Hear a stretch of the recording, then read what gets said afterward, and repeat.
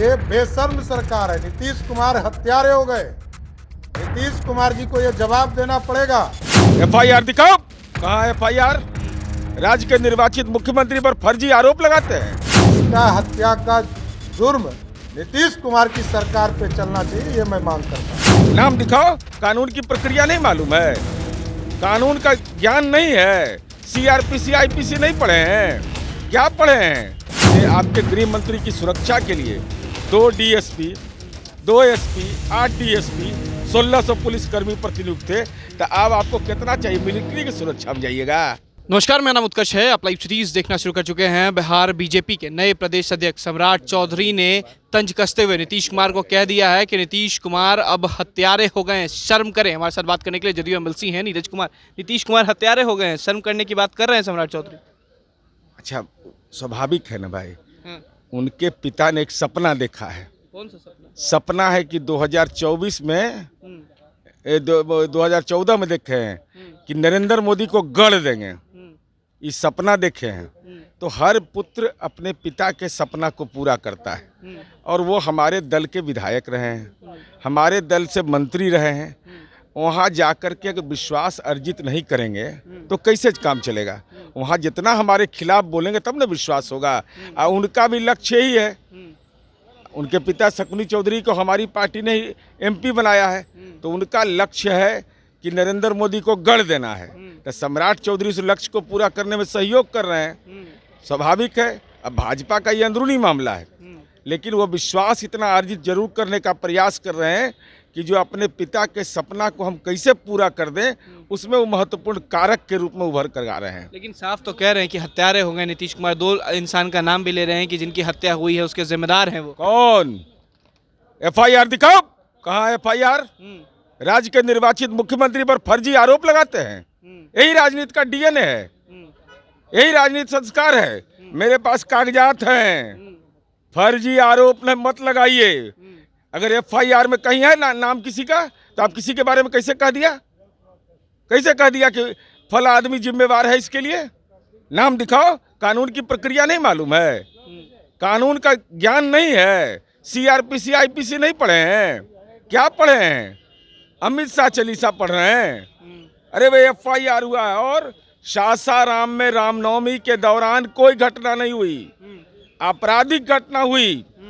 और मैं पूरी चुनौती के साथ कहता हूं कि कायर लोग ये लोग हैं, इन लोग की हिम्मत नहीं हुई कार्यक्रम करने का। और अमित शाह का प्राइवेट सेक्रेटरी और साथ ही साथ नित्यानंद राय जो राज्य मंत्री हैं, जिला प्रशासन के लगातार संपर्क में थे। है अगर नरेंद्र मोदी आप में हिम्मत, आपके गृह मंत्री हैं, तो इनका कॉल डिटेल सबका जांच कराइए तो कि लगातार संपर्क में थे कि नहीं। और राजकोष का खजाना का पैसा, अरे बिहार की जनता की गाढ़ी कमाई है वह। जैसे आप 2 करोड़ का तंबू का बनाते थे मोदी जी, फर्जी लाल किला, लेकिन बिहार की जनता की गाढ़ी कमाई आपके गृह मंत्री की सुरक्षा के लिए 2 डीएसपी, 2 एसपी, 8 डीएसपी, 1600 पुलिसकर्मी प्रतिनियुक्त थे। तो अब आपको कितना चाहिए? मिलिट्री की सुरक्षा में जाइएगा। मैंने इतना सिपाही चाहिए आपको, इतना एसपी चाहिए? तो रहे कि 18 साल में आज भी नीतीश कुमार केंद्र के ही बदौलत चल रहे हैं। कौन सी केंद्र के बदौलत? कौन सा? यही बाबू जगजीवन राम उनका नाम हो गया। जगजीवन राम तो के नाम आगे लगा बाबू, तो छात्रवृत्ति बंद, पिछड़ा अति पिछड़ा का छात्रवृत्ति बंद, 10% आरक्षण देकर के झुनझुना बजा दिया। स्कॉलरशिप नहीं दे रहा है 10% में। यही है। कौन सा पैसा? अरे हमारा पैसा जो बकाया तो रखे हुए हैं आप। शिक्षक को आप वेतन देते हैं 15 से 20 हजार मात्र। यही शिक्षकों का वेतन औसत ये तय किया इन लोगों ने। तो जरा बताइए ना, कौन पैसा दे रहे हैं? आप बताइए। पिछड़ा अति पिछड़ा को छात्रवृत्ति आपने सीमा तय कर दिया। पढ़ने का सीमा होता है क्या कि 25 लाख 50 लाख लड़का पढ़ेगा? अगर सबको पेंशन मिल रहा है तो सबको नहीं मिलेगा। और जगजीवन राम जी के नाम के आगे बाबू लग गया तब पेट में दर्द कर रहा है इनको कि ना बाबू जगजीवन राम अगर कहलाओगे छात्रवृत्ति बंद कर देंगे, छात्रावास योजना बंद कर देंगे। ये सब लोग, और हम तो ये कहना चाहते हैं, अब तो सत्र खत्म हो गया, कम से कम अब समय मिल गया है भाजपा बिहार को। बताइए, रजौली में कहाँ पर ताप घर है? परमाणु ताप घर। उसका चौहद्दी दिखाओ, कहाँ है चौहद्दी उसका? अब मारण गांव में कहाँ खेती हो रहा है, जरा वो दिखाइए। मालड़ गांव में डीप इरिगेशन का प्रोजेक्ट लगा हुआ है, तो उसमें क्या पैदा हो रहा है? मिलेट पैदा हो रहा है, मिलेट पैदा हो रहा है कि उसमें क्या चीज पैदा हो रहा है कि उन्माद का पौधा आपने लगा दिया। इरिगेशन कहाँ हो रहा है?